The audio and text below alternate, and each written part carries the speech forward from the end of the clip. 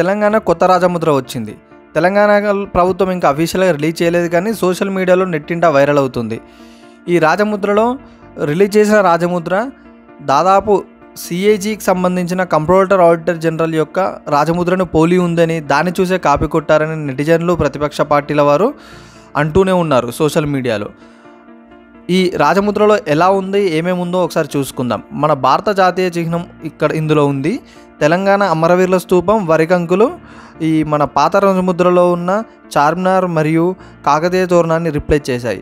Urdu, English, Telugu, Hindi భాషలో తెలంగాణ ప్రభుత్వం అని రాసి ఉంది. ముఖ్యంగా మన జాతీయ జెండా రంగులు ఇందులో కలిసి ఉన్నాయి.